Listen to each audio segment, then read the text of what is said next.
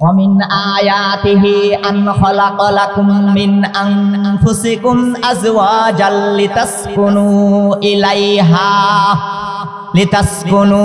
إليها وجعل بينكم مودة ورحمة إن في ذلك لآيات لقوم يتفكرون আল্লাহ বলেন, ও পৃথিবীর মানব জাতি হে, আমি আল্লাহর অনেক নিদর্শনাবলী রয়েছে, তন্মধ্যে একটা নিদর্শন এই, আমি আল্লাহ তোমাদের জন্য তোমাদের থেকে তোমাদের স্ত্রীগণকে সৃষ্টি করেছি। কেন? লিতাসকুনু ইলাইহা ওয়া জাআলা বাইনাকুম মাওয়াদ্দাতা ওয়া রাহমাহ, যাতে স্বামীরা স্ত্রীর কাছে যায় প্রশান্তি পায়, আরাম পায়, শান্তি পায়, মজা পায়।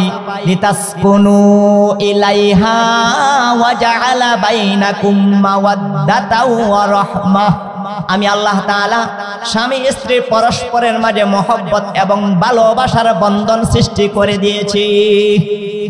আল্লাহ রাসূল বলেন, স্বামী স্ত্রীর মাঝে যে পরিমাণ মহব্বত আর ভালোবাসা আছে, দুনিয়ার আর কারো মাঝে এ পরিমাণ মহব্বত আর ভালোবাসা নাই।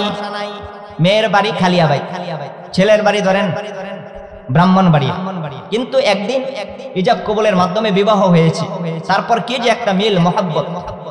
আল্লাহ বলেন, ওয়াজআলা বাইনাকুম মাওয়াদ্দাতা ওয়া রাহমা, আমি আল্লাহ স্বামী স্ত্রী পরস্পরের মাঝে মহব্বত এবং ভালোবাসার বন্ধন সৃষ্টি করে দিয়েছি।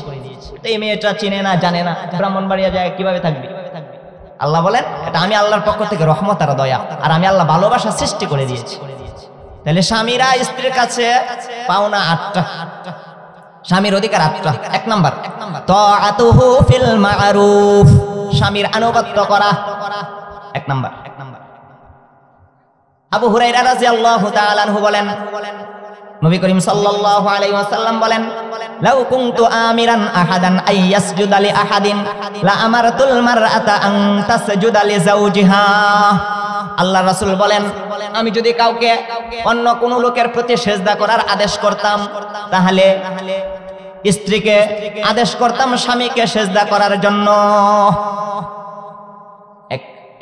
উদাহরণ নাম্বার 2, আম্মা জান আয়েশা সিদ্দিকা রাদিয়াল্লাহু তাআলা আনহা বলেন, নবী করিম সাল্লাল্লাহু আলাইহি ওয়াসাল্লাম বলেছেন, লাউ আন্না রাজুলান আমারা ইমরাআতাহু, কোন ব্যক্তি যদি তার বিবিকে এই আদেশ করে, আনতাং কুলামিন জাবালিন আহমারা ইলা জাবালিন আসওয়াদা ওয়া মিন জাবালিন আসওয়াদা ইলা জাবালিন আহমারা, লাল পাহাড় থেকে পাথর বহন করে কালো পাহাড়ে নিয়ে যাও, এবং কালো পাহাড় থেকে পাথর বহন করে লাল পাহাড়ে নিয়ে যাও, এই আদেশ যদি করে কোন স্বামী তার বিবিকে, আল্লাহর পয়গম্বর বলেন, লাকানা নাউলুহা আন তাফআলা, স্ত্রীর জন্য তা করাই অপরিহার্য হয়ে যেত। তাহলে এখান থেকে বোঝা যায় স্ত্রীর জন্য স্বামীর আনুগত্য করা কতটুকু গুরুত্ব, জরুরি, কি পরিমাণ আনুগত্য করা দরকার। এটা তো কোনো স্বামী আদেশ করবে না, রাসূল গুরুত্ব বুঝাইছেন। কোনো স্বামী যদি বলে, এই পাহাড়ের যত পাথর আছে এগুলো তুমি ওই পাহাড়ে নিয়ে যাও, ওই পাহাড়ের পাথরগুলো এই পাহাড়ে নিয়ে যাও, এটা করাই স্ত্রীর জন্য অপরিহার্য। কি পরিমাণ গুরুত্ব। গেল 2। 3 নাম্বার উদাহরণ, নবী করিম সাল্লাল্লাহু আলাইহি ওয়াসাল্লাম এর একজন সাহাবী আব্দুল্লাহ বিন আবু আওফা রাদিয়াল্লাহু তাআলা আনহু, ওনার বর্ণনা তিনি বলেন, নবী করিম সাল্লাল্লাহু আলাইহি ওয়াসাল্লাম এর একজন বিখ্যাত সাহাবী নাম হলো মুআজ ইবনে জাবাল। মুআজ ইবনে জাবাল, আল্লাহর নবী সাল্লাল্লাহু আলাইহি ওয়াসাল্লাম তাকে কাজে সিরিয়ায় পাঠাইলেন, কোন কাজে সিরিয়ায় পাঠাইলেন। লাম্মা কাদিমা মুআদুম মিনাশ শাম, মুআজ ইবনে জাবাল রাদিয়াল্লাহু তাআলা আনহু সিরিয়া থেকে আসলেন। আসার পরে একটা ঘটনা ঘটাইছে। কি ঘটনা? সাজাদা লিন নবী সাল্লাল্লাহু আলাইহি ওয়াসাল্লাম, নবীজিকে সিজদা করলেন। নাউজুবিল্লাহ, নবীকে সিজদা করে দিয়েছে। আল্লাহর রাসূল সাথে সাথে বলেন, ওয়ালা মা হাযা ইয়া মুআজ, হে মুআজ ইবনে জাবাল, এটা তুমি কি করলা? আমারে সিজদা দিয়া দিলা।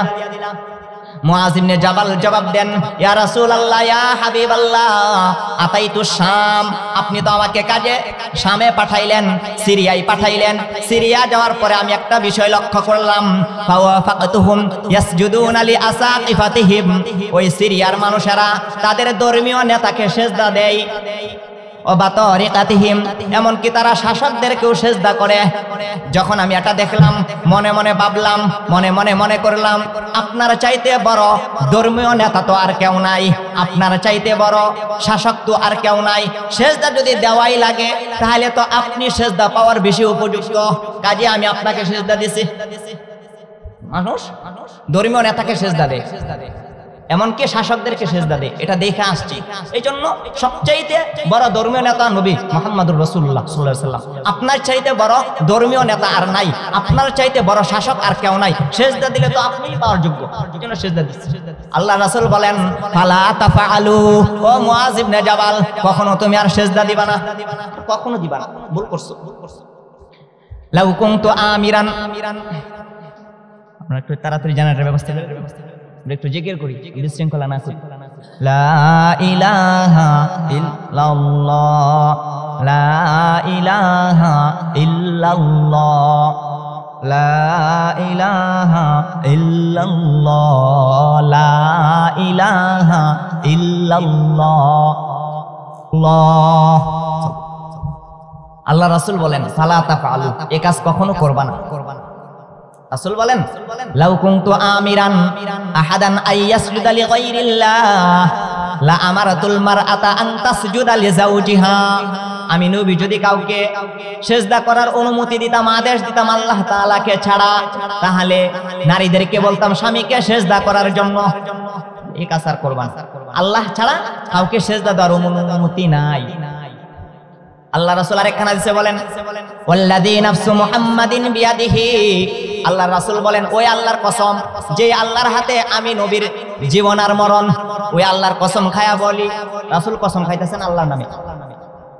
রাসূল বলেন, লা তুআদ্দিল মারআতু হাক্কা রাব্বিহা হাত্তা তুআদ্দিয়া হাক্কা যাওজিহা। আল্লাহ রাসূল বলেন, কোন নারী যতক্ষণ তার স্বামীর হক আদায় করতে পারবে না, ততক্ষণ সে আল্লাহ তাআলার হকও আদায় করতে পারবে না। লা তুআদ্দিল মারআতু হাক্কা রাব্বিহা হাত্তা তুআদ্দিয়া হাক্কা যাওজিহা। আল্লাহ রাসূল বলেন, যে নারী তার স্বামীর হক আদায় করতে পারে না, সে কখনো কোনোদিন আল্লাহর হকও আদায় করতে পারবে না। রাসূল বলেছেন। এবার আরেকটা হাদিস, নবীজির একজন সাহাবী নাম হলো কায়েস ইবনে সাআদ, ওনার বর্ণনা। তিনি বলেন, আতাইতুল হাইরাতা, আমি কুফার একটা এলাকা আছে নাম হলো হীরা, হীরা নামক এলাকায় গেলাম। কুফার একটা এলাকার নাম আছে হীরা, হীরা নামক এলাকায় আমি গেলাম। যাওয়ার পর ফারাআইতুহুম ইয়াসজুদুনা বিমারযুবানিল লাহুম, আমি যাওয়ার পর দেখলাম মানুষেরা তাদের শাসকদেরকে সিজদা করে। যখন এটা দেখলাম তো আমি মনে মনে ভাবলাম, রাসূলুল্লাহ আহাক্কু আইয়াসজুদা লা, আল্লাহর রাসূল হইল সিজদা পাওয়ার সবচেয়ে বেশি হকদার, যেহেতু আল্লাহর রাসূলের চাইতে বড় শাসক আর নাই। এটা মনে মনে ভাবলাম। আমি যখন মদিনায় আসলাম, রাসূলের সামনে আসলাম, আমি রাসূলকে বললাম, ইয়া রাসূলুল্লাহ, ইয়া হাবিবাল্লাহ, আমি কুফার একটা এলাকা হীরা নামক এলাকায় যখন গেলাম, দেখলাম মানুষেরা তাদের শাসকদেরকে সিজদা দেয়। এটা দেখার পর আমি মনে মনে ভাবলাম, কি ভাবলাম, ফাআনতা রাসূলুল্লাহ আহাক্কু আন নাসজুদা লাক, ইয়া রাসূলুল্লাহ, ইয়া হাবিবাল্লাহ, আপনাকে আমরা সিজদা করব, আপনি সিজদা পাওয়ার বেশি যোগ্য, উপযুক্ত। আল্লাহ কি বললা? হুজুর, আমি কুফার একটা এলাকা আছে হীরা, ওই এলাকায় যায় দেখলাম মানুষেরা শাসকদেরকে সিজদা করে, কাজে আমি ভাবলাম আহাক্কু আইয়াসজুদা লাক, আপনাকে সিজদা করব, আপনি সিজদা পাওয়ার বেশি যোগ্য। রাসূল বলেন, ফালা তাফআলু, এই কাজ কখনো করবা না, আমাকে সিজদা দিবা না, আমি জীবিত থাকতে আমাকে সিজদা দিবা না, জীবিত থাকতে কোনোদিন আমার সিজদা দিবা না। ওয়ালাউ মারারতা বিকবরি, আমি মারা যাওয়ার পরে যদি আমার কবরের পাশ দিয়ে তুমি অতিক্রম করো, আকুনতা তাসজুদুলা, তাহলে তুমি সিজদা দিবা? নাউজুবিল্লাহ, দিতাম। সাবধান, আমি জীবিত থাকতেও সিজদা দিবা না, আমি মারা যাওয়ার পরেও আমার কবরে যায়া সিজদা দিবা না। এলে রাসূলের চাইতে বড় ফির তো আর দুনিয়াতে নাই, আসেনি? রাসূলের চাইতে বড় পীর আর নাই, বড় মাজার আর নাই। তাহলে কি বোঝা গেল? পীরের কবরে সেজদা দেওয়া জায়েজ নাই, হারাম। রাসূল বলছেন আমার কবরে সেজদা দিবা না, জীবিত থাকলে আমার সেজদা দিবা না। এর মানে বোঝা গেল পীর বাবা জীবিত থাকলেও সেজদা দেওয়া যাবে না, মারা গেলে কবরে যাওয়া সেজদা দেওয়া যাবে না। রাসূল নিষেধ করছেন। তার সাহাবী কাইস ইবনে সাদ, আল্লাহ রাসূল এর পরে বলেন শুনো শোনো ও কাইস ইবনে সাদ শুনো, লাউ কুনতু আমিরান আহাদান আইয়াসজুদা লি আহাদিন লা আমারাতুন নিসা আইয়াসজুদনা লি আজওয়াজিহিন্না। আমি রাসূল যদি আল্লাহকে ছাড়া কাউকে সিজদা করার অনুমতি দিতাম, আদেশ করতাম, তাহলে স্ত্রীকে বলতাম স্বামীকে সিজদা করার জন্য। এতক্ষণে বোঝা গেল আল্লাহকে ছাড়া কাউকে সিজদা করার অনুমতি নাই, জায়েজ নাই, হারাম, শিরিক, বেদাত। মাজারে সিজদা দেওয়া হারাম, পীরের পায়ে সিজদা দেওয়া হারাম, পীরের কাছে সন্তান চাওয়া হারাম, মাজারে সন্তান চাওয়া হারাম। তাহলে এক নাম্বার তাআতুহু ফিল মা'রুফ, স্বামীর আনুগত্য করা, স্বামীর আনুগত্য করা। قال رسول الله صلى الله عليه وسلم, আল্লাহর রাসূল বলেন আল মারআতু ইযা সাল্লাত খামসাহা ওয়া সামাত শাহরাহা ওয়া আহসানাত ফারজাহা ওয়া আতাআত বা'লাহা ফালতাদখুল মিন আইয়ি আবওয়াবিল জান্নাতি শাআত। আল্লাহর রাসূল বলেন কোন নারী যদি 4টা কাজ করে তাহলে ওই নারীর জন্য জান্নাতের 8টা দরওয়াজা খোলা। এক নাম্বার আল মারআতু ইযা সাল্লাত খামসাহা, যে নারী 5 ওয়াক্ত নামাজ পড়ে, ওয়া সামাত শাহরাহা, যে নারী রমজান মাসের রোজা রাখে। 3 নাম্বার ওয়া আহসানাত ফারজাহা, যে নারী তার নিজের সতীত্বের হেফাজত করে, লজ্জাস্থানের হেফাজত করে। 4 নাম্বার রাসূল বলেন ওয়া আতাআত বা'লাহা, স্বামীর আনুগত্য করে। আল্লাহর নবী বলেন ফালতাদখুল মিন আইয়ি আবওয়াবিল জান্নাতি শাআত, ওই নারীর জন্য জান্নাতের 8টা দরওয়াজা খোলা, যে কোন দরজা দিয়ে ইচ্ছা জান্নাতে প্রবেশ করতে পারবে। কত সুবর্ণ সুযোগ। আরেকখান হাদিস, কোন নারী যদি এমন অবস্থায় মারা যায় তার স্বামী স্ত্রীর প্রতি সন্তুষ্ট, ওই নারীর ঠিকানা জান্নাত। নবীজির একজন বিবি নাম হলো উম্মে সালামা। উম্মে সালামা রাদিয়াল্লাহু তাআলা আনহা, ওনার বর্ণনা, তিনি বলেন নবী করিম সাল্লাল্লাহু আলাইহি ওয়াসাল্লাম বলেছেন আইয়ুমা ইমরাআতিন মাতাত ওয়া যাওজুহা আনহা রাদিন দাখালাতিল জান্নাহ। আল্লাহর রাসূল বলেন কোন মহিলা যদি এমন অবস্থায় মারা যায় যে এই মহিলার উপর তার স্বামী সন্তুষ্ট, ওই নারী মরার সাথে সাথে জান্নাত, মরার সাথে সাথে জান্নাত।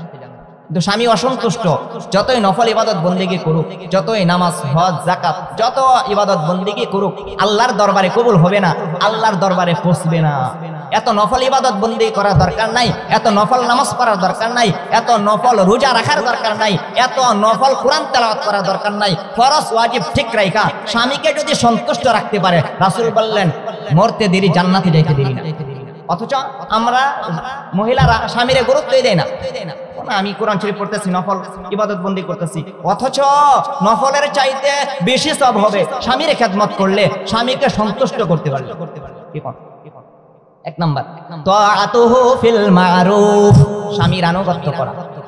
তাহলে স্বামীর 8টা অধিকার স্ত্রীর কাছে পাও না। এক নাম্বার তাআতুহু ফিল মা'রুফ, স্বামীর আনুগত্য করা। প্রত্যেকটা কথা কোরআন হাদিস দিয়ে বলবো, একটা ধারাবাহিক বয়ান, মনোযোগ দিয়ে শুনতে হবে। এটা শিকলের মতো গাথা, এদিক সেদিকে চলে যাবেন, উঠাউঠি করবেন, মনোযোগ চলে গেলে আমার বয়ান বুঝবেন না। কিন্তু কোরআন হাদিস দিয়ে বলবো, ইচ্ছা কাহিনী বলবো না। কোরআন হাদিসের বাংলা তরজমা করে দিন, যেটা লেখছেন তাফসিরুল কোরআন মাহফিল, মানে ব্যাখ্যা করতাম কোরআন হাদিসের, এটাই তো নাম দিয়েছেন আপনারা। জন্য আমি কোরআন হাদিসের বাংলা বলবো, শুনবেন তো ইনশাআল্লাহ। এক নাম্বার তাআতুহু ফিল মা'রুফ, স্বামীর আনুগত্য করা। এক গেল, আর রয়েছে 7টা। নাম্বার 2, স্বামীর ঘরের কাজগুলো বিবি নিজে করা। স্বামীর ঘরের কাজগুলো বিবি নিজে করা। আমাদের মহিলারা তো এমনকি ঘরের কাজ করবো দূরের কথা, নিজের সন্তানও পালতে চায় না, আরেক মহিলারা লালন পালন করে, আছে না নাই? অথচ স্বামীর এটা একটা অধিকার, ঘরের কাজগুলো বিবি নিজে করা। শুনেন এখন, ইবনু আবুদা রাহমাতুল্লাহি আলাইহি থেকে বর্ণিত, তিনি বলেন আলী রাদিয়াল্লাহু তাআলা আনহু এই ঘটনা আমারে শোনাইছেন। আলী রাদিয়াল্লাহু তাআলা আনহু বলেন আলা উহাদ্দিসুকা আন্নী ওয়া আন ফাতিমাতা বিনতি রাসূলিল্লাহি সাল্লাল্লাহু আলাইহি ওয়াসাল্লাম, আমি কি আমার পক্ষ থেকে এবং নবীজির কন্যা ফাতেমার পক্ষ থেকে একটা ঘটনা তোমারে শোনাইবো না? জি জি শুনান, ঘটনা শুনতে চাই। ওয়াকানাত মিন আহাব্বি আহলিহি, আর ফাতেমা বলতে কোন ফাতেমা? ওই ফাতেমা যে ফাতেমা নবীর ঘরে সবচেয়ে আদরের কন্যা, রাসূলের সবচেয়ে আদরের মেয়ে। এই মহিলার ঘটনা শোনাচ্ছি। আচ্ছা কোন? ইন্নাহা জাররাত বিরহা, আলী রাদিয়াল্লাহু তাআলা আনহু নিজের স্ত্রীর কথা বলতেছেন। ইন্নাহা জাররাত বিরহা, ফাতেমা আমার ঘরে জাতাকল ঘুরানোর কারণে কাজ করতে করতে হাত্তা আসারা ফি ইয়াদিহা, হাতের মধ্যে ফুসকা পড়ে গেছে, ঠুসা পড়ে গেছে। কাজ করতে জাতাকল ঘুরানোর কারণে হাতের মধ্যে ফুসকা পড়ে গেছে। ওয়াস্তাকাদ বিল ইরবাতি হাত্তা আসারা ফি নাহরিহা, কলস ভর্তি পানি টানতে টানতে কাদের মধ্যে দাগ পড়ে গেছে। ওয়া কানাসাতিল বাইতা হাত্তা গাবারলাত সিয়াবুহা, ঘর বাড়ি পরিষ্কার করতে করতে জামা কাপড় ময়লা হয়ে যাইতো। তিনটা কষ্ট ফাতেমা রাদিয়াল্লাহু তাআলা আনহা, ওনার কয়টা? তিনটা। এক নাম্বার হাতের মধ্যে ফুসকা পড়ে যেত, দুই নাম্বার পানি বহন করতে করতে কাদের মধ্যে দাগ পড়ে যাইতো। আগের মতো এত টিউবওয়েল ছিল না, এত পুকুর ছিল না, দূর থেকে পানি কষ্ট করে কাদের মধ্যে দাগ পড়ে গেছে। তিন নাম্বার জামা কাপড় ময়লা হয়ে যাইতো, খুব কষ্ট করতেন ফাতেমা রাদিয়াল্লাহু তাআলা আনহা। ফাআতান নাবিয়্যা সাল্লাল্লাহু আলাইহি ওয়াসাল্লাম খাদামুন, নবী করিম সাল্লাল্লাহু আলাইহি ওয়াসাল্লামের কাছে কিছু খাদেম আসছে। খাদেম, আগের যুগে একজন আরেকজনকে খাদেম গিফট করত, মানুষ কেনা বেচা হইতো, গোলাম কেনা বেচা হইতো। রাসূলের কাছে কিছু খাদেম গিফট আছে, রাসূলকে গিফট করছেন। আলী রাদিয়াল্লাহু তাআলা আনহু বলেন, লাউ আতাইতি আবাকি, ও ফাতেমা, যদি তুমি তোমার বাবার কাছে যাইতা, যায়া ফাসালতিহি খাদিমান, একটা খাদেম নিয়ে আসতা, একটা কর্মচারী নিয়ে আসতা, তাহলে অন্তত বাহিরের কাজগুলো আঞ্জাম দিতে পারতো, তোমার একটু কষ্ট কম হইতো। তুমি যাও না বাবার কাছে, যেহেতু তোমার বাবার কাছে অনেকগুলো খাদেম আসছে, এগুলো তো তিনি মানুষের মাঝে ভাগ বাটোয়ারা করবেন, ভালো। ফাতেমা রাদিয়াল্লাহু তাআলা আনহু বাবার কাছে গেলেন। ফাওয়াজাদাত ইনদাহু হুদ্দাসান, বাবার কাছে যায় দেখেন নবীজির সামনে অনেক মানুষেরা কথাবার্তা বলতেছে, তারা গেছেন। এখন কিভাবে বাবার সামনে যায়? অনেক মানুষ বাবার সামনে, মেয়ে তার বাবার সামনে যাবে, দেখি অনেক মানুষ বাবার সামনে কথাবার্তা বলতেছে, এখন জানা লজ্জা শরমের কারণে। ঠিক তেমনি ভাবে ফাতেমা রাদিয়াল্লাহু তাআলা আনহু বাবার কাছে আর গেলেন না। ফারাজাত, এই অবস্থা দেখে বাড়িতে চলে আসছেন আল্লাহর নবী, বিশ্ব নবী মুহাম্মদুর রাসূলুল্লাহ সাল্লাল্লাহু আলাইহি ওয়াসাল্লাম। দৃশ্যটা দেখলেন, আমার মেয়ে ফাতেমা আসছিল, কথা না বইলাই আবার চলে গেল, কারণটা কি? ফাআতাহা মিনাল গাদি, পরের দিন আলীর বাড়িতে রাসূলুল্লাহ সাল্লাল্লাহু আলাইহি ওয়াসাল্লাম মেয়ের বাড়িতে এসে বসে। মেয়ে গেল গতকাল, কিছু কিছু না বলে আবার চলে আসলো। মা কানা হাজাতুকে, ফাতেমা তুমি কোন প্রয়োজনে গিয়েছিলা, তোমার কি সমস্যা বলো, বাবার কাছে বলো। ফাসাকাতাত, ফাতেমা রাদিয়াল্লাহু তাআলা কোনো কথা বলে না, চুপ হয়ে গেছে। ও কি বলি না বলি বাবা না আবার রাগ হয়ে যায়, কেমনে চাই খাদেমের কথা, কোনো কথা বলে না, কথা কো। ফাসাকাতাত, চুপ হয়ে গেলেন। সাথেই ছিলেন আলী। আলী বলেন, আনা ওয়াহাদ্দিসুকা ইয়া রাসূলুল্লাহ, ইয়া রাসূলুল্লাহ, ইয়া হাবিবাল্লাহ। ফাতেমা হয়তো বলবে না, আমি ঘটনা খুলে বলতেছি। আচ্ছা বলো ঘটনা কি? জাররাত বিরহা, ফাতেমা ঘরের কাজ করতে করতে হাতের মধ্যে ফুসকা পড়ে গেছে। আচ্ছা বুঝলাম। এরপরে ওয়াহামালাত বিল কিরবাতি হাত্তা আসারাত ফি নাহরিহা, কাজ করতে করতে কাদের মধ্যে দাগ পড়ে গেছে। আচ্ছা বুঝলাম। ইয়া রাসূলুল্লাহ, ইয়া হাবিবাল্লাহ, আপনার কাছে তো অনেকগুলো খাদেম আসছে, আমি ফাতেমাকে পাঠাইলাম বাবার কাছ থেকে একটা খাদেম নিয়ে আসো, অন্তত তোমার একটু সহজ হবে।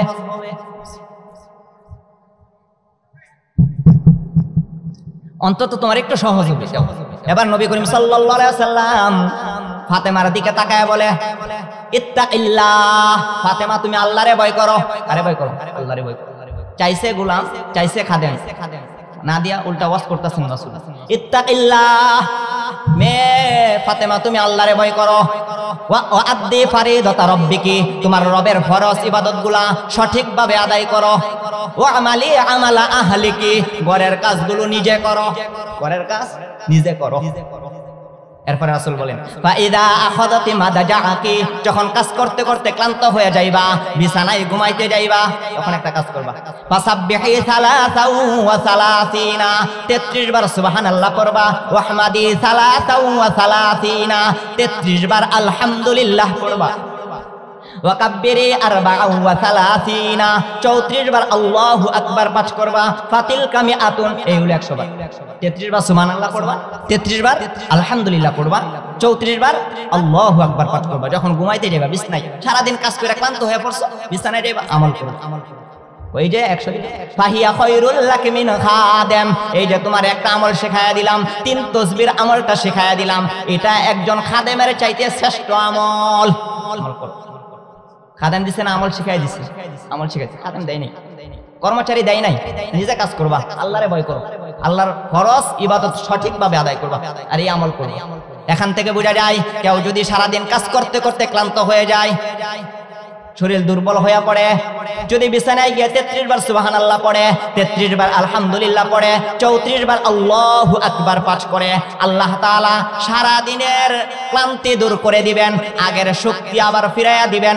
আল্লাহ তাআলা তাকে শারীরিক শক্তি বৃদ্ধি করে দিবেন এলো 3 তাসবিহ পড়ি যে আমরা প্রত্যেক ফরজ নামাজের পরে হুজুররা বলে 33 বার সুবহানাল্লাহ 33 বার আলহামদুলিল্লাহ 34 বার আল্লাহু আকবার এই হলো ইতিহাস এই হলো সূচনা এলাকা তাসবিহ ফাতিমি ফাতেমারে শিখাইছে এই তাসবিহ ফাতিমি এখন এই যে আমরা 3 তাসবিহ পড়ি অনেক উলামায়ে কেরাম বুজুর্গ উলামায়ে কেরাম পীর সাহেব হুজুররা সকাল সন্ধ্যা 6 তাসবিহ আমল দেন না সকালে 6 তাসবিহ সন্ধ্যায় 6 তাসবিহ এটার ফজিলত কি আমার শায়েখ মুফতি মুশতাকুন নবী কাসিমি হাফিজাহুল্লাহ চমৎকার কণ্ঠে একটা কবিতা বলেন মনোযোগ দিয়ে শুনেন 100 বার সুবহানাল্লাহ তাসবিহ পড়িলে 100 গোলাম আজাদের সওয়াব মিলিবে 100 বার সুবহানাল্লাহ তাসবিহ পড়িলে 100 বার সুবহানাল্লাহ তাসবিহ পড়িলে 100 গোলাম আজাদের সওয়াব মিলিবে 100 বার আলহামদুলিল্লাহ তাসবিহ পড়িলে 100 গুণা দানের সওয়াব মিলিবে 100 বার আল্লাহু আকবার তাসবিহ পড়িলে 100 উট কুরবানির সওয়াব মিলিবে 100 বার লা ইলাহা ইল্লাল্লাহ জিকির করিলে নেকি দ্বারা ভরে দিবে আসমান জমির খালি জায়গা নবীজি বলেন ফা ইন্নাহা তামলাউ মা বাইনাস সামাই ওয়াল আরদ 100 বার লা ইলাহা ইল্লাল্লাহ জিকির করিলে নেকি দ্বারা ভরে দিবে আসমান জমির খালি জায়গা 100 বার নবীর উপর দরুদ পড়িলে হাসরেতে নবীজি পাশে থাকিবে 100 বার নবীর উপর দরুদ পড়িলে হাসরেতে নবীজি পাশে থাকিবে 100 বার আস্তাগফিরুল্লাহ পাঠ করিলে জীবনের সকল গুনাহ ক্ষমা হইবে এগুলো 6 তাসবির সন্ধ্যে সন্ধ্যে ফজিলত বলে দিল একটা গোলাম আর একটা মানুষ কিন্না আজাদ করে দেওয়া 100 বার সুবহানাল্লাহ পড়লে 100 গোলাম আজাদের সওয়াব দিবেন আল্লাহ 100 বার আলহামদুলিল্লাহ পড়লে 100 গোরা দানের সওয়াব দিবেন 100 গোরা দানের সওয়াব একটা গোরা তো কিনতে পারে না দান করতে পারবে 100 বার আল্লাহু আকবার পাঠ করিলে 100 উট আল্লাহর রাস্তায় কুরবানির সওয়াব দান করবে আমলটা করব তো ইনশাআল্লাহ আল্লাহ তাআলা আমাদেরকে আমল করার তৌফিক দান করেন নবীজি সাল্লাল্লাহু আলাইহি ওয়াসাল্লাম বলেন মান সাল্লা আলাইয়া ওয়াহিদাতান সাল্লাল্লাহু আলাইহি আশরা কেউ যদি একবার নবীর উপর দুরূদ পড়ে শুধু সাল্লাল্লাহু আলাইহি ওয়াসাল্লাম 10টা নেকি দান করেন 10টা গুনাহ মাফ করে দেন 10টা মর্যাদা বাড়ায়া দেন হাকিমুল উম্মত মুজাদ্দিদে মিল্লাত আশরাফ আলী থানভী রাহমাতুল্লাহ আলাইহি বলেন যত ইবাদত বন্দেগী করি এর সব আল্লাহ কিছু দুনিয়াতে দেন কিছু আখিরাতে দেন তবে বেশিরভাগ আখিরাতে দেন শুধু একটা মাত্র আমল আছে ইবাদত আছে আল্লাহ সাথে সাথে কবুল করেন সাথে সাথে পুরস্কার দান করেন সেটা হলো দুরূদ শরীফের আমল সাল্লাল্লাহু আলাইহি ওয়াসাল্লাম সাথে সাথে পুরস্কার ইবনুল কাইয়িম আল জাওজি রাহমাতুল্লাহি আলাইহি বলেন একজনে দোয়া করে আল্লাহ আমারে বাড়ি দাও আরেকজনে দোয়া করে আল্লাহ আমারে গাড়ি দাও আরেকজনে দোয়া করে আল্লাহ আমার মেল ফ্যাক্টরির মালিক বানায়া দাও আরেকজনে শুধু নবীর উপর দরুদ পড়ে সাল্লাল্লাহু আলাইহি ওয়াসাল্লাম সাল্লাল্লাহু আলাইহি ওয়াসাল্লাম সাল্লাল্লাহু আলাইহি ওয়াসাল্লাম আল্লাহ বলেন ফেরেশতারা ওরা কি বলে আর ও কি চাই ওরা বাড়ি চা গাড়ি চা মেল ফ্যাক্টরি চা দুনিয়া চাই আর ও শুধু নবীর উপর দরুদ পড়ে সাল্লাল্লাহু আলাইহি ওয়াসাল্লাম সাল্লাল্লাহু আলাইহি ওয়াসাল্লাম আল্লাহ বলেন এই দরুদ শরীফ পাঠকারীকে যা যা লাগে সব দিয়া দাও এদেরকে পড়ে দিস ইবনুল কাইয়িম আল জাওজি রাহমাতুল্লাহ আলাইহি বলেন এত ফজিলত আরেকটা হলো যে আমরা পড়ি সুবহানাল্লাহি ওয়া বিহামদিহি সুবহানাল্লাহিল আযীম বুখারী শরীফের শেষের হাদিস, কালিমাতানে হাবিবাতানে ইলার রহমান খফিফাতানে আলাল লিসান সাকিলাতানে ফিল মিজান হাবিবাতানে ইলার রহমান। দুইটা কালেমা এমন আছে আল্লাহর কাছে খুবই প্রিয়, মিজানের পাল্লাই খুবই ভারী, মুখে উচ্চারণ করা খুবই সহজ। সুবহানাল্লাহি ওয়া বিহামদিহি সুবহানাল্লাহিল আযীম। জিহ্বাই সহজ পাল্লাই ভারী, আল্লাহর কাছে খুব প্রিয়, আল্লাহকে খুশি করতে বেশি বেশি পড়িও। জিহ্বাই সহজ পাল্লাই ভারী, আল্লাহর কাছে খুব প্রিয়, আল্লাহকে খুশি করতে বেশি বেশি পড়িও। এই আমলগুলো করলে তো মসজিদে যাওয়া লাগবে না, ওযু করা লাগবে না, গোসল করা লাগবে না, হার হালতে উঠতে উঠতে, বসতে বসতে, শুইতে শুইতে, হাঁটতে হাঁটতে, তখনই আপনি আমলগুলো করতে পারেন। আল্লাহ তাআলা আমাদেরকে ইসরাই তাসবিহের আমলগুলো করার তৌফিক দান করেন। তাহলে আমার আলোচ্য বিষয় কি?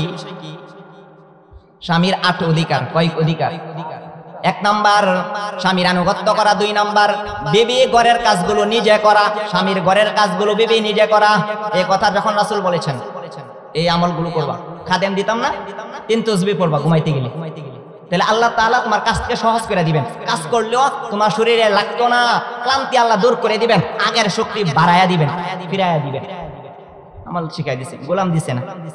এই কথা শোনার পরে ফাতেমা রাদিয়াল্লাহু তাআলা আনহা যে জবাবটা দিলেন, আমাদের মা বোনদেরও এই জবাবটা দেওয়া দরকার। ফাতেমা রাদিয়াল্লাহু তাআলা আনহা বলেন, রাদিতু আনিল্লাহ ওয়া আন রাসূলিহি সাল্লাল্লাহু আলাইহি ওয়াসাল্লাম, আমি আল্লাহ এবং তার রাসূলের কথা সন্তুষ্ট চিত্তে মেনে নিলাম। ঠিক আছে, খাদেম লাগতো না, আমল করো। তাহলে স্বামীর 2 নাম্বার অধিকার স্ত্রীর কাছে পাও না, স্বামীর ঘরের কাজগুলো বিবি নিজে করা, আর স্ত্রীর কাছে পাও না, গেল 2। 3 নাম্বার, একজন স্বামী তার স্ত্রীর কাছে যে জিনিসটা পাও না সেটা হলো স্বামীকে তার বিশেষ চাহিদা পূরণ করার জন্য সুযোগ করে দেওয়া। এটা একজন স্বামী তার স্ত্রীর কাছে পাও না। আবু হুরায়রা থেকে বর্ণিত, নবী করিম সাল্লাল্লাহু আলাইহি ওয়াসাল্লাম বলেন, ইযা দাআর রাজুলু ইমরাআতাহু ইলা ফিরাশিহি, আল্লাহর রাসূল বলেন, কোন স্বামী যদি তার স্ত্রীকে তার বিশেষ প্রয়োজন হাজত পূরণ করার জন্য বিছানায় আহ্বান করে ডাকে, ফাআবাত, স্ত্রী যদি উযর ছাড়া অস্বীকার করে, আরে এখন কাজ করতেছি, টিভি দেখতেছি, সিরিয়াল দেখতেছি, পরে আসতেছি, ডাকাডাকি করেন না, মানে একটু মেজাজ দেখাইলো, আছে না, মেজাজ দেখাইলো, পরে আসতেছি, ডাকাডাকি করেন কেন?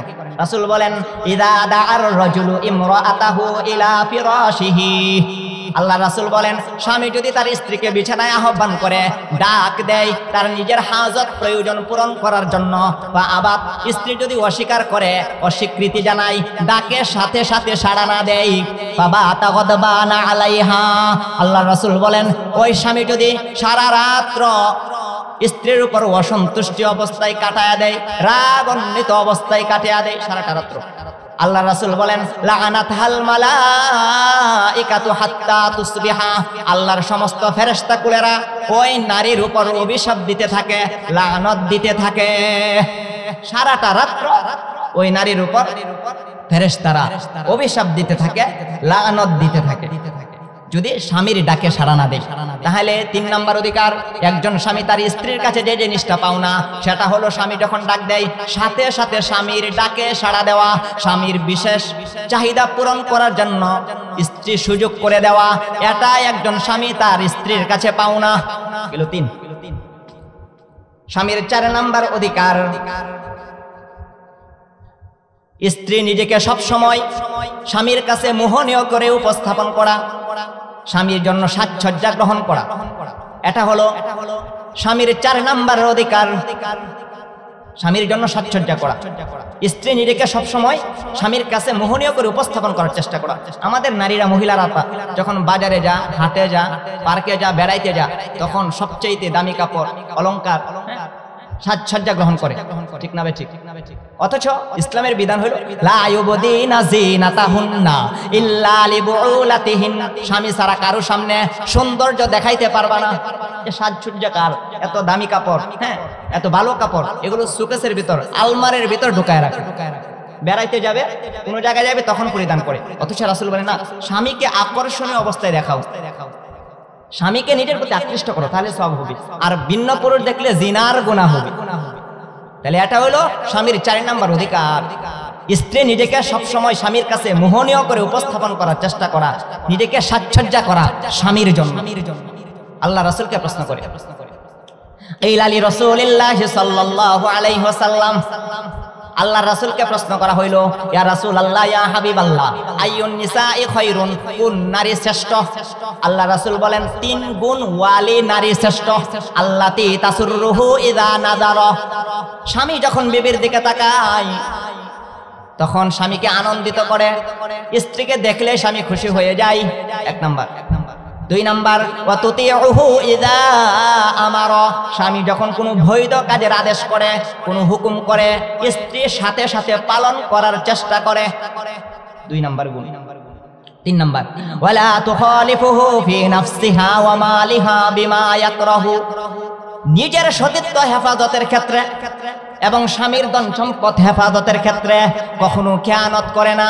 নিজের সতীত্ব এটাও আমানত, স্বামীর মাল সম্পদের হেফাজত করা এটাও আমানত, আমানতের খেয়ানত করে না।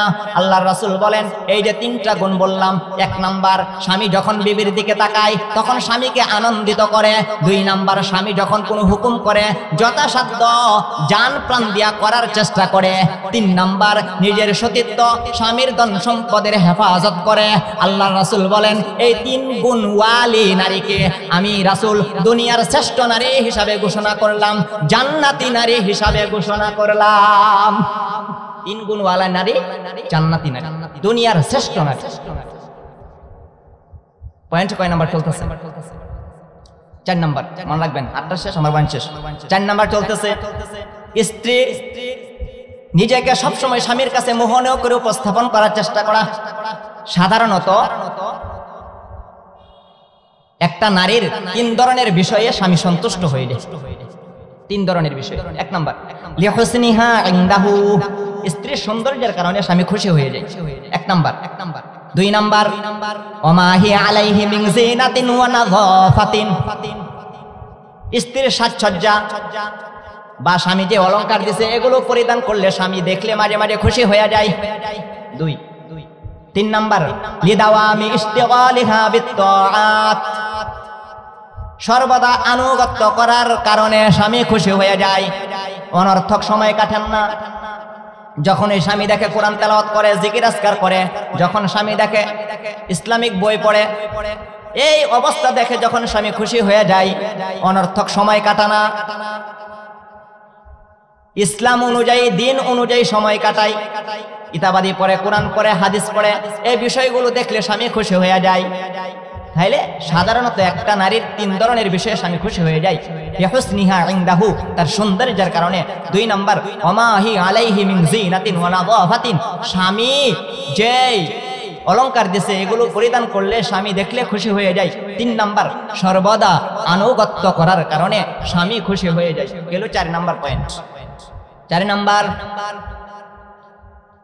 স্ত্রী নিজেকে সব সময় স্বামীর কাছে মোহনীয় করে উপস্থাপন করার চেষ্টা করা, সাজসজ্জা গ্রহণ করা, এটা একজন স্বামী তার স্ত্রীর কাছে পাও না। 4 নাম্বার, এই বিধানগুলো এত অনেকে বিয়ে করছে বা করবে, যদি জানে স্ত্রীর কি অধিকার, স্বামীর কি অধিকার, তাহলে আর ঝগড়াঝাটি হবে না, মূলমালিন্য হবে না, তালাক বিচ্ছেদ হবে না, পরকীয়া হবে না, জিনা ব্যভিচার হবে না। আমি আমার হক আদায় করাম, স্ত্রী স্ত্রীর হক আদায় করাম, তো জানেও না, বুঝেও না, মানেও না, ঠিক না ভাই? ঠিক। খুব গুরুত্বপূর্ণ কথা, অন্যদিক দিয়ে শুনে। এ হলো 4 নাম্বার। 5 নাম্বার,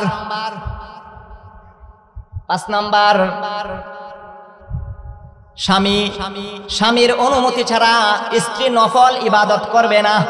স্বামীর অনুমতি ছাড়া স্ত্রী নফল ইবাদত করবে না। 5 নাম্বার চলতেছে, স্বামীর অনুমতি ছাড়া স্ত্রী নফল ইবাদত করবে না। আল্লাহ রাসূল বলেন, লা তাসুমুল মারআতু ওয়া যাওজুহা শাহিদুন ইয়াওমান মিন গায়রি শাহরি রমাদান ইল্লা বিইذনি। আল্লাহর রাসূল বলেন, স্বামী যদি বাসায় থাকে, স্বামীর উপস্থিতিতে স্ত্রী নফল রোজা রাখবে না, নফল ইবাদত করবে না, ইল্লা বিইذনিহি, স্বামীর অনুমতি ছাড়া। স্বামীর অনুমতি ছাড়া স্ত্রী নফল রোজা রাখবে না, নফল রোজা রাখবে না। তবে যদি স্বামী বলে যে রমজানের রোজা রাখা যাবে না, তাহলে স্বামীর কথা মানা যাবে না, কারণ আল্লাহর বিধান ফরজ, এক্ষেত্রে স্বামীর কথা মানা যাবে না।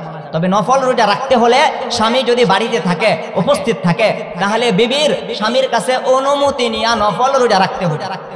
এটা একজন স্বামী তার স্ত্রীর কাছে পাওনা। স্বামীর বাসায় থাকা অবস্থায় স্ত্রী রোজা রাখলে নফল স্বামীর অনুমতি নিয়ে রাখতে হবে। এখন আপনি রোজা রাখলেন, মা বোনেরা রোজা রাখলো, এখন সারাদিন ক্লান্ত হয়ে পড়ছে, দুপুরের খাবার রান্না করতে পারে নাই, হ্যাঁ, সন্তানাদের দেখাশোনা করতে পারে নাই, স্বামীর খেদমত করতে পারে নাই, এই রোজা রাখার দরকার নাই। আগে স্বামীর খেদমত পরে নফল রোজা। এই জন্য রাসূল বলেন লা তাসুমুল মারআতু জাওজুহা শাহিদুন ইয়াওমান মিন গায়রি শাহরি রমাদান ইল্লা বিইذনি। স্বামী যখন বাসায় থাকে, স্বামী যখন উপস্থিত থাকে, তখন স্বামীর অনুমতি ছাড়া স্ত্রী বিশেষ কইরা নফল রোজা রাখবে না। নফল ইবাদত দরকার নাই, স্বামীর খেদমত করো, নফলের চেয়ে বেশি সওয়াব দিবেন না। এই কথাই রাসূল বলেছেন। 5 নাম্বার, তাইলে নারীরা নফল ইবাদত করবে না। এত বেশি ফরজের দরকার নাই, এত বেশি ফরজ ওয়াজিব ঠিক রাখা, এত বেশি নফল ইবাদত করার দরকার নাই, নফল নামাজ পড়ার এত বেশি দরকার নাই, নফল রোজা এত বেশি রাখার দরকার নাই, এত বেশি কোরআন তেলাওয়াত করার দরকার নাই। আল্লাহর ফরজ ওয়াজিব ঠিক রাখা, স্বামীর খেদমত করো, তোমার ঠিকানা জান্নাত। এখন সারা দিন কোরআন তেলাওয়াত করে, স্বামী একদিকে সন্তান একদিকে, না আমি আল্লাহর ইবাদত করতেছি, এই ইবাদতের দরকার নাই। সারা দিন রোজা রাখতেছে, তোর স্বামীর খোঁজ খবর নাই, রান্না করতে পারে না, ছেলে মেয়েদেরকে দেখাশোনা করতে পারে না, এই নফল রোজা রাখার দরকার নাই। এর চাইতে বেশি সওয়াব হবে ছেলে সন্তানের দেখাশোনা করো, মেয়ে সন্তানের দেখাশোনা করো, স্বামীর খেদমত করো, রোজার চাইতে বেশি সওয়াব। কঠিন কথা বলছি, রোজা বাদ দিয়া স্বামীর খেদমত, সন্তানাদের দেখাশোনা করো। কিন্তু মহিলারা করবো না আমরা রোজা রাখি, হুজুরে না করলো, না না, স্বামীর খেদমত আগে করেন, স্বামীর অনুমতি নিয়ে নফল রোজা রাখতে হবে। এটা আমার কথা না, রাসূল বলেছেন লা তাসুমুল মারআতু জাওজুহা শাহিদুন ইয়াওমান মিন গায়রি শাহরি রমাদান ইল্লা বিইذনি। আল্লাহ রাসূল বলেন রমজানের রোজা ছাড়া নফল রোজা যদি কোনো স্ত্রী রাখতে চায়, স্বামীর অনুমতি ছাড়া রাখা যাবে না, স্বামী যদি উপস্থিত থাকে। হলো 5 নাম্বার অধিকারগুলো। নাম্বার 6, স্বামীর বাড়ির ধন সম্পদ গুলা যথাযথ হেফাজত করা, এমনকি ঘরের খাদ্য তরকারি গুলাও হেফাজত করা। স্বামীর বাড়ির ধন সম্পদ হেফাজত করা, এমনকি ঘরের খাদ্য তরকারি গুলাও। আন আবি উমামা আল বাহিলি রাদিয়াল্লাহু তাআলা আনহু قال আবু উমামা বাহিলি রাদিয়াল্লাহু তাআলা আনহু বলেন সামিআতু রাসূলুল্লাহ সাল্লাল্লাহু আলাইহি ওয়াসাল্লাম ফি খুতবাতিহি আমা হাজ্জাতাল ওয়াদা'। আবু উমামা বাহিলি বলেন আমি নবীজির কাছ থেকে বিদায় হজ্জের ভাষণে শুনেছি আল্লাহর রাসূল বলেছেন লা তুনফিকু ইমরাআতুন শাইআন মিন বাইতি যাওজিহা। স্বামীর ঘরের কোনো খাদ্য বিবি স্বামীর অনুমতি ছাড়া খরচ করতে পারবে না, দান করতে পারবে না। স্বামীর ঘরের কোনো খাদ্য খাবার স্বামীর অনুমতি ছাড়া খরচ করতে পারবে না, দান করতে পারবে না, রাসূল বলেছেন ইল্লা বিইযনি যাওজিহা, স্বামীর অনুমতি ছাড়া। সাহাবায়ে কেরামের কাছ থেকে প্রশ্ন করা হইল ইয়া রাসূলুল্লাহ ওয়ালা তাআম, খাবারও কি স্বামীর অনুমতি নিয়ে খরচ করতে হবে, দান করতে হবে? আল্লাহ রাসূল বলেন যাকা আফদালু আমওয়ালিনা, খাবার তো আমাদের সবচাইতে শ্রেষ্ঠ সম্পদ, এটা আবার অনুমতি ছাড়া খরচ করবে কেমনে? আরো বেশি দরকার, এটা তো শ্রেষ্ঠ সম্পদ খাবার। তবে যদি স্বামীর মৌন সমর্থন থাকে, হ্যাঁ, গেটের সামনে দরজার সামনে একজন ভিক্ষুক আসছে, 5 টাকা 10 টাকা দান করলে স্বামী অসন্তুষ্ট হবে না, স্বামীর মৌন সমর্থন আছে, স্বামী বেজার হবে না, বকাঝকা করবে না, রাগ করবে না, তখন 5 টাকা 10 টাকা 20 টাকা দান করতে পারেন।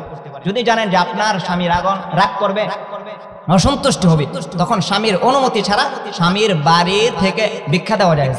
এই কথাই রাসূল বলেছেন লা তুনফিকু ইমরাআতুন শাইআন মিন বাইতি যাওজিহা। স্বামীর ঘরের খাদ্য খাবার স্বামীর অনুমতি ছাড়া কাউকে দান করতে পারবে না, দিতে পারবে না। খাদ্য তরকারিগুলো হেফাজত করা। এলো 6 নাম্বার পয়েন্ট। নাম্বার কত? 6। আল্লাহ রাসূল বলেন যদি কোন নারী দান করে স্বামীর অনুমতি নিয়ে তাহলে সওয়াব আছে। নবীজি সাল্লাল্লাহু আলাইহি ওয়াসাল্লাম বলেন ইযা আনফাকাতিল মারআতু মিন তাআমি বাইতিহা, কোন নারী যদি তার ঘরের খাদ্য স্বামীর অনুমতি নিয়ে দান করে দেয়, কাউকে দান করে সদকা করে, কানা লাহা আজরুহা বিমা আনফাকাত, ওই নারী দান করার কারণে সওয়াব পেয়ে যাবে। স্বামীর অনুমতি নিয়ে দান করলে নারী সওয়াব পাবে। এরপরে রাসূল বলেন ওয়ালিজাওজিহা আজরুহু বিমা কাসাবা, স্বামী যে কষ্ট করে উপার্জন করেছে, মাথার গাম পায়ে ফেলায়া এত কষ্ট করে টাকা পয়সা উপার্জন করেছে, স্বামীও কষ্ট করার কারণে সব পেয়ে যাবে, দুজনে সব পাইব। স্ত্রী দান করার কারণে সব পাইব, আর স্বামী যে কষ্ট করে উপার্জন করছে উপার্জনের সব স্বামী পাইবে। তাহলে স্ত্রী দান করলে দুজনে সব পাইবেন। স্ত্রী দান করার কারণে সব, আর আপনি যে কষ্ট করে উপার্জন করছেন আপনি উপার্জনের সব পাইবেন। এলো 6 নাম্বার গেল, আর রয়েছে 2টা। স্বামীর 7 নাম্বার অধিকার, স্বামীর ঘরের সন্তানগুলো যথাযথ হেফাজত করা। স্বামীর বাড়ির সন্তান এবং ধন সম্পদগুলো যথাযথভাবে হেফাজত। ওয়াল মারআতু রাইয়াতুন আলা আহলি বাইতি যাওজিহা ওয়া ওয়ালাদিহি, স্বামীর বাড়ির সন্তানগুলোর যথাযথ হেফাজত করা এবং স্বামীর ধন সম্পদগুলোর যথাযথ হেফাজত করা। একজন নারী সন্তানের ব্যাপারে দায়িত্বশীল, একজন নারী স্বামীর ধন সম্পদের ব্যাপারে দায়িত্বশীল। ওহুয়া মাসউলুন আন রাইয়াতিহি, কিয়ামতের কঠিন ময়দানে সন্তান সম্পর্কে স্ত্রীকে জিজ্ঞাসা করা হবে এবং স্বামীর ধন সম্পদ সম্পর্কে স্ত্রীকে জিজ্ঞাসিত করা হবে। হে প্রিয় মা বোনেরা, আপনার ছেলেকে আপনি সঠিকভাবে লালন পালন করেছেন কিনা আল্লাহ কিয়ামতের দিন জিজ্ঞাসা করবেন। স্বামীর ধন সম্পদ যথাযথ হেফাজত করছেন না এমনি এমনি মানুষেরা দেলাইছেন, কিয়ামতের দিন জবাব দিতে হবে। এই কথাই রাসূল বলেন, ওহুয়া মাসউলুন আন রাইয়াতিহি। আমাদের সমাজে এমন ঘটনা বহু আছে, জামাই বিদেশ থেকে টাকা পয়সা দেয়, এডি লইয়া সব দাও, আরেক জামাই লইয়া আছে না, এমন বহু ঘটনা আছে। এই কথাই রাসূল বলছেন। আল্লাহু আকবার, ১৫০০ বছর আগে রাসূল বলে গেছেন এগুলোর হেফাজত করো, নিজের সন্তানের হেফাজত করো, স্বামীর ধন সম্পদের হেফাজত করো, এমনি এমনি দিও না, আল্লাহর কাছে জবাব দিতে হবে। আরেক প্রেমিকারে দিয়া দে, সবলেও দাও। বহু ঘটনা প্রতিদিনই আসতেছে পত্রপত্রিকায়, আসে না নাই? এই কথাই রাসূল বলেছেন। ওয়াল মারআতু রাইয়াতুন আলা আহলি বাইতি যাওজিহা ওয়া ওয়ালাদিহি, স্বামীর ঘরের ধন সম্পদ এবং সন্তানের যথাযথ হেফাজত করা, এই ব্যাপারে একজন নারী দায়িত্বশীল। ওহুয়া মাসউলুন আন রাইয়াতিহি, একজন নারীকে সন্তানের ব্যাপারে জিজ্ঞাসিত করা হবে, স্বামীর ধন সম্পদের ব্যাপারে জিজ্ঞাসিত করা হবে। একজন মা বোনেরা সন্তান খানা খায় না, এই জন্য গান বাজায়া, টিভি দেখায়া, সিনেমা দেখায়া, মিউজিক ওয়ালা কার্টুন দেখায়া বাচ্চারে খানা খাওয়ায়। কিয়ামতের দিন আল্লাহর কাছে জবাব দেওয়া লাগবে। হুজুর বাচ্চা খানা খায় না, আগের যুগের মানুষ আপনারা খাইছেন না? আমরা খাইছি না, আমরাই তো খাইছি। আমাদের জমানায় তো ছোটবেলা মোবাইল ছিল না, আপনারা তো আরো খাইছেন, আমরা তো খাইছি, বড় হয়েছি। এখন বলে হুজুর কার্টুন না দেখলে, টিভি না চাললে, গান না বাজাইলে সন্তান খানা খায়। আলহামদুলিল্লাহ, আমার একটা মেয়ে আছে 1 বছর, তত গান দেই না, মোবাইল দেই না, খানা খাচ্ছে। এটা হলো ভুল কথা, এটা মিথ্যা কথা। এই জন্য এই যে গান দেখায়া, টিভি দেখায়া, মিউজিক ওয়ালা কার্টুন দেখায় বাচ্চারা খানা খাওয়ান, মা লও, বাবা লও, আল্লাহর কাছে জবাব দিতে হবে। এই তো আপনি নাফরমানি শিক্ষা দিলেন, গান বাজনা শিক্ষা দিলেন, অবৈধ কাজ সূচনাই করছে মা বাবা। এই কথাই রাসূল বলেন, ওহুয়া মাসউলুন আন রাইয়াতিহি, সন্তান সম্পর্কে অভিভাবককে জিজ্ঞাসিত করা হবে, বিশেষ করে মাকে জিজ্ঞাসিত করা হবে। এলো গেল 7 নাম্বার। 7 নাম্বার গেছে, শেষ পয়েন্ট। স্বামীর 8 নাম্বার অধিকার, স্বামীর 8 নাম্বার অধিকার। স্বামী যদি দরিদ্র হয়, গরিব হয়, স্ত্রী যদি বড় লোক হয়, তাহলে স্ত্রী চাইলে স্বামীকে কিছু দান করতে পারে, সদকা করতে পারে, এটা জায়েজ। অনেক সময় আছে স্বামী গরিব, স্ত্রী বড় লোক ধনী, তখন স্ত্রী চাইলে স্বামীকে কিছু দান করতে পারে। আব্দুল্লাহ ইবনে মাসউদ রাদিয়াল্লাহু তাআলা আনহু, ওনার বিবির নাম হইল জয়নব। ওনার বিবির নাম কি? জয়নব। আবার রাসূলের এক মেয়ের নাম ছিল জয়নব, অপরদিকে রাসূলের এক স্ত্রীর নাম জয়নব। 3 জনক পেলাম। একটা হলো আব্দুল্লাহ ইবনে মাসউদ, ওনার বিবির নাম জয়নব, রাসূলের এক মেয়ের নাম জাইনাব, আবার রাসূলের এক স্ত্রীর নাম জয়নব। তাহলে এখানে যে জয়নবের কথা বলছি আমি, আব্দুল্লাহ ইবনে মাসউদ, এই সাহাবীর স্ত্রীর নাম জয়নব রাদিয়াল্লাহু তাআলা। তো জয়নব রাদিয়াল্লাহু তাআলা বলেন, রাসূল কারীম সাল্লাল্লাহু আলাইহি ওয়াসাল্লাম বলছেন, তাসাদদাকনা ইয়া মা'শারান নিসা ওয়ালাউ মিন হুলিকুন্না, হে নারীরা তোমরা দান সদকা করো, যদিও তোমাদের অলংকার আদি থেকে দান সদকা করতে হয়, তোমরা দান সদকা করো।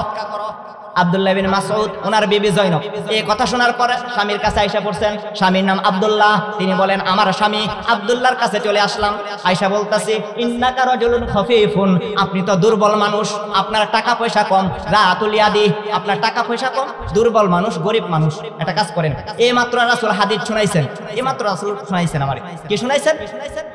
ইন্না রাসূলুল্লাহি সাল্লাল্লাহু আলাইহি ওয়াসাল্লাম কদ আমারানা বিসসাদাকাহ, আমরা নারীরা যেন অলংকার থেকে হলেও দান সদকা করি। এখন এক কাজ করে, আপনি রাসূলের কাছে যান, যায় জিজ্ঞাসা করবেন, মাসালা জিজ্ঞাসা করবেন, যদি আমি আপনারে দান করি, আপনি তো আমার স্বামী, তাহলে আমার দান আদায় হবে কিনা, জায়েজ হবে কিনা, রাসূলকে জিজ্ঞাসা করবেন। একটু কষ্ট করে যান, রাসূলকে যা জিজ্ঞাসা করবেন, আমি স্ত্রী হয়ে স্বামীকে যদি দান করি, দান আদায় হবে কিনা, একটু কষ্ট করে জিজ্ঞাসা করবেন, নাহলে তো অন্য কাউকে দিতে হবে, এছাড়া তো আপনাকে দিলেও জায়েজ হবে। একটু যান।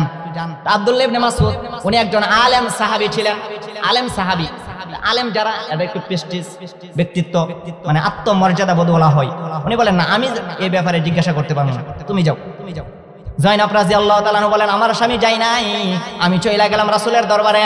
রাসূল কারীম সাল্লাল্লাহু আলাইহি ওয়াসাল্লামের গেটের সামনে যায় অপেক্ষা করতে লাগলাম। তিনি বলেন, আমি যখন রাসূলের গেটের সামনে যায় অপেক্ষা করতে লাগলাম, এমন সময় দেখি আরেকজন মহিলা অপেক্ষমান। ফাইদা ইমরাআতুন মিনাল আনসারি বিবাবি রাসূলিল্লাহি সাল্লাল্লাহু আলাইহি ওয়াসাল্লাম, নবীজির গেটের সামনে, দরজার সামনে আনসারী আরেকজন মহিলা বসা। উনি গেছে মাসালা জিজ্ঞাসা করতে, আরেকটা মহিলা বসা। তো তোমরা জানো, আমি জানতে পারলাম, আমরা দুইজনে অপেক্ষা করতে লাগলাম, আমি জানতে পারলাম, আমি যেই মাসালা জিজ্ঞাসা করার জন্য রাসূলের দরবারে গেলাম, ওই মহিলা একই মাসালা জিজ্ঞাসা করার জন্য রাসূলের দরজায় অপেক্ষায় বসা।